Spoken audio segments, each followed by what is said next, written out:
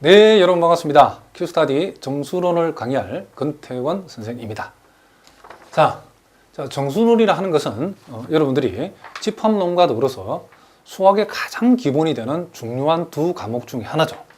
그래서 여러분 정수론을 잘 다져놔야만이 또 상위 전공 과목 공부하는데 지장이 없답니다.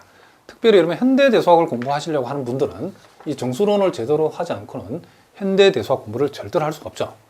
자, 그래서 큐스타디 정수론은 약 한 40강 정도의 분량으로 선생님이 그 내용을 빠짐없이 꼼꼼하게 한번 다뤄볼 생각이랍니다.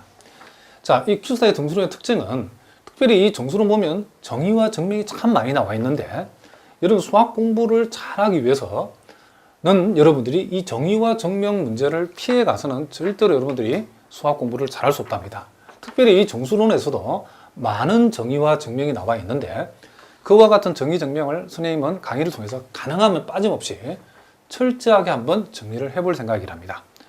그리고 여러분들이 이 강의를 들으시는 분들이 임용이라든가 또는 경시대 등등 시험을 대비해서 강의를 듣는 분이 많이 있기 때문에 철저한 이론 정리와 더불어서 풍부한 실전 문제 풀이도 한번 병행을 해볼 생각이랍니다.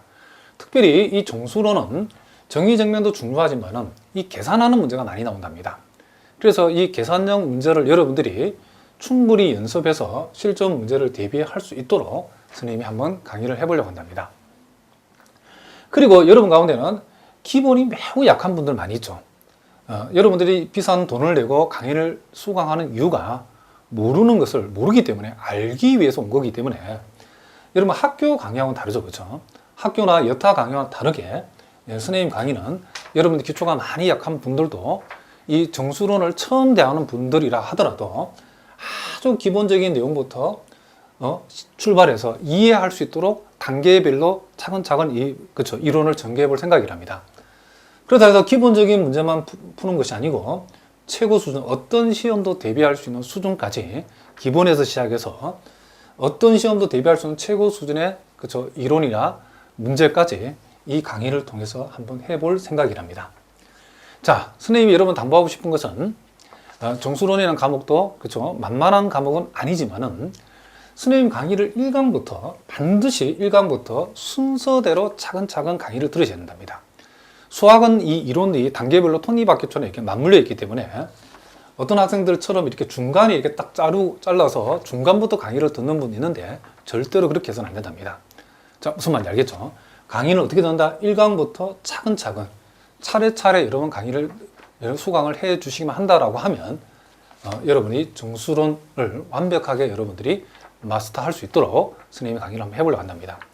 혹시 여러분이 강의 중에 잘 이해가 안 되고 어려운 그리고 강의를 들었지만은 반복해 들어도 잘 이해가 안 되는 그런 부분들은 질문 게시판을 통해서 질문을 해 주시면 그 질문에 대한 그쵸 우리 연구원들이 여러분들 질문에 대한 응답들을 답변을 실시간으로 해주고 있기 때문에 조금이라도 그쵸 주저하지 말고 강의 중에 이해가 안 되는 부분들은 꼭 질문 게시판을 이용해서 질문을 꼭 해주시기 바랍니다. 자, 무슨 말인지 아시겠죠? 자, 그래서 여러분들이 약 50일 정도 수강 기간이 주어졌는데 이 정도 기간이면 여러분 부지런하면 2번 이상 반복해서 강의를 들을 수 있겠죠. 그래서 강의를 처음 들으신 분들은 2번 반복해서 강의를 듣는다고 생각하시고 학교에서 정수를 한 번 정도 해보신 시험을 준비한 학생이라고 하면 한 번만 수강하셔도 한 번만 강의를 보셔도 충분히 될 거라고 생각이 되죠.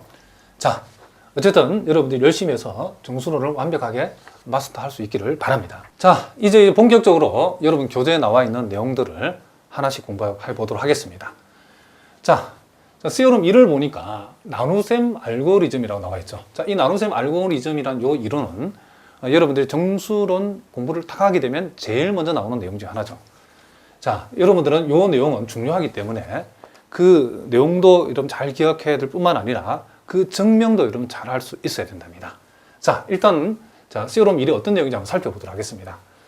자, 정수 A와 양의 정수 B가 주어졌을 때에 자, A는 BQ 플러스 R, R은 0보다 크고 B보다 작다를 만족하는, 즉 요식을 만족하는 자, 유일한 정수 QR이 존재한다는 사실을 한번 증명해보라 그랬답니다.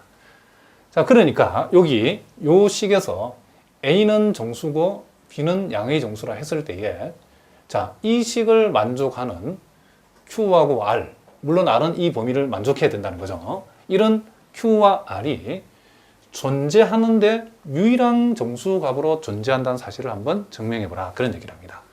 그래서 우리가 이 증명은 먼저 이와 같은 정수 QR이 존재한다를 먼저 증명하고, 그리고 두 번째는 유일하다는 사실을 우리가 또 유일하다는 사실을 한번 증명을 이렇게 존재성과 유일성 이렇게 둘로 나누어서 우리가 한번 증명을 해보려고 한답니다. 자, 우리가 이 나눗셈 알고리즘 시오럼 1을 증명하기 위해서는 여러분 먼저 여러분들 이미 집합론이나 해석학에서 배웠던 정수의 정렬성을 우리가 이용할 건데, 자, 요 이론도 자, 여러분들이 이미 공부했지만은 한번 확인해 봅시다. 정수의 정렬성이라는 이론은 뭔가? 자, 자연수 집합 N의 자, 요 핵심이 이거죠. 자연수 집합 N의 공집합이 아닌 부분집합. 그러니까 요 N의 자연수 집합 N의 부분집합인데 공집합이 되면 안 되죠. 공집합이 아닌 부분집합은 자, 무슨 원을 가진다? 최소원을 항상 가진다는 사실이 바로 정수의 정렬성이죠. 자, 그래서 우리가 지금 요 시오럼 1을 증명하기 위해서는 이 정수의 정렬성이라는 그죠, 요 이론이, 요 정리가 우리가 사용될 거기 때문에 기초가 약한 분들을 위해서는 이미 한번 적어 놔봤답니다. 자, 그럼 먼저 이제 우리가 이와 같은 식을 만족하는 정수 QR이 먼저 존재한다는 사실, 즉 존재성의 증명부터 일단 한번 시작을 한번 해보도록 하겠습니다. 자, 우리가 이걸 증명하기 위해서 우리가 집합을 하나 생각해야 되는데, 자, 그 집합을 선생님이 일단 S라고 두겠습니다. 자, 집합 S를 우리가 둬야 되는데, 요 집합 S라는 것을 A-MB, 물론 요 A는 여기서 말하는 정수고, 요 B는 여기서 말하는 양의 정수랍니다. 자, 그러니까 A-MB 꼴 형태를 원소로 갖는 집합 S를 우리가 생각했는데, 자, 요 집합의 일단 원소를 0보다는 크거나 같은가, 그리고 요 M을 선생님이 작전상 정수로 둬보도록 하겠습니다. 자, 요 집합 S를 우리가 이렇게 잡게 되면 이미 A가 정수고 B가 양의 정수고 우리가 M을 정수라고 단서를 붙였기 때문에 A-MB, 즉 이 집합의 원소도 일단 정수라는 사실을 알 수 있죠. 그런데 그 원소가 0보다 크거나 같은 요 단서를 우리가 이 조건을 붙였기 때문에 요 집합 S의 원소로서 올 수 있는 후보들은 0을 포함한 그쵸, 양의 정수들이 일단 요 집합 S의 원소가 될 수 있다는 사실을 알 수 있죠. 물론 그쵸, 다 되는 건 아니죠. 그쵸? A-MB 형태로 이루어지는 놈들 중에서 0보다 크거나 같은 정수값들만 여기에 원소로 올 수 있다. 이런 얘기를 합니다. 자, 일단 이렇게 우리가 일단 둬보겠습니다. 자, 이렇게 둬본다. 자, 이렇게 우리가 뒀을 때에, 자, 이때, 자, 저 때도 아니고 이때, 자, 이 집합의 원소 중에서 이제 적당한 우리가 이 정수 M값을 여기다 M값을 집어여서 이 집합의 원소를 만들 수 있는데, 특별히 이 집합의 원소 중에 이 정수 M값을 마이너스 절대값 A라고 일단 우리가 한번 둬보도록 하겠습니다. 자, 우리는 지금 이 집합의 원소를 하나 생각하는데 그 원소를 만들 때에 이 정수 M의 값을 우리가 마이너스 절대값 A라는 요 정수 값을 이렇게 한번 둬보겠다. 이런 얘기를 합니다. 자, 그렇게 하게 되면 여기에서 아까 말했죠. 이 B라고 하는 것은 양의 정수라 했기 때문에 이 B가 양의 정수니까 최소한 B는 1보다 크거나 같다는 사실을 우리가 알 수 있죠.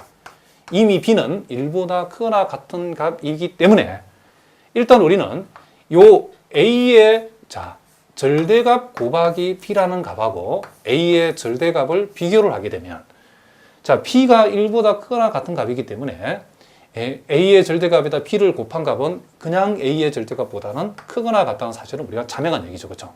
이렇게 된다는 것을 우리가 알 수 있죠. 그렇죠? 자, 그렇다고 그러면 구체적으로 요 M 대신에 마이너스 절대값 A를 대입한 값, 즉 A 마이너스 절대값 A 곱하기 B라고 하는 값. 요 값. 요놈 우리가 마이너스 플러스니까 A 플러스 절대값 A 곱하기 B 이렇게 되겠죠. 자, 요 값하고 우리가 일단 A 플러스 절대값 A라고 하는 요 값을 비교를 해 보겠습니다. 자, A하고 A는 똑같은 값이고 A의 절대값 곱하기 B는 A의 절대값보다 여기서 크다라고 확인했기 때문에 요 전체 값이 요 값보다는 크거나 같다는 사실을 알 수 있죠. 그리고 어떤 정수와 그놈의 절대값의 합은 우리가 0보다 크거나 같다고 하는 사실은 우리가 상식적으로 알고 있다는 거죠. 자, 무슨 말인지 아시겠죠? 자, 요렇게 우리가 되어진다는 거죠. 그러면 우리가 지금 요 놈은 지금 요 집합의 원소가 되는 A-MB 꼴에서 M 대신에 적당한 정수값, 구체적으로는 마이너스 절대값 A라는 값을 여기다가 대입을 해서 만든 값인데 그놈이 요놈이 즉 요놈인데 요놈이 요놈보다 크거나 같고 요놈이 0보다 크거나 같다라는 것은 적어도 요 값도 0보다 크거나 같은 값이죠. 그러니까 이 집합의 원소가 되려고 하면 M 대신에 적당한 정수값을 대입했는데 그 결과가 0보다 크거나 같은 값은 요 집합에서의 원소가 될 수 있다는 거죠. 그러면 지금 요 놈은 선생님이 밑줄 친 요 놈은 0보다 크거나 같다를 만족하고 있고 요 꼴에서 M 대신에 적당한 정수값을 대입한 값이기 때문에 요 부분, 요 놈은 바로 이 집합에서의 우리는 뭐다? 원소라고 할 수 있죠. 그러니까 자, 무슨 말 알겠죠? 그러니까 다시 한번 적어보면 A 마이너스 절대값 A 자 곱하기 B라고 하는 요 놈은 틀림없이 요 집합 S의 뭐다? 원소가 되어진다는 것을 우리가 알 수 있다. 이런 얘기죠. 자, 그러면 우리가 이렇게 조건을 붙여서 만든 우리가 설정한 이 집합이 이와 같은 적어도 요 놈을 원소로 가지고 있다라고 하는 것은 즉 요 집합 S라고 하는 것은 뭐다? 아니다. 그렇죠. 공집합이 일단 요 놈은 우리가 자, 결론적으로 아니다는 사실을 우리가 알 수 있다. 자, 뭐가 아니다? 공집합은 아니더라. 이렇게 우리가 정리할 수 있다. 이런 얘기를 합니다. 자, 그럼 우리가 요 사실로부터 우리가 뭘 알 수 있냐면 자, 일단 선생님이 둘로 나누어서 한번 생각해 봅시다. 만약에 0이라고 하는 것이 자, 이 집합의 원소이면 자, 0이 집합 S의 원소이면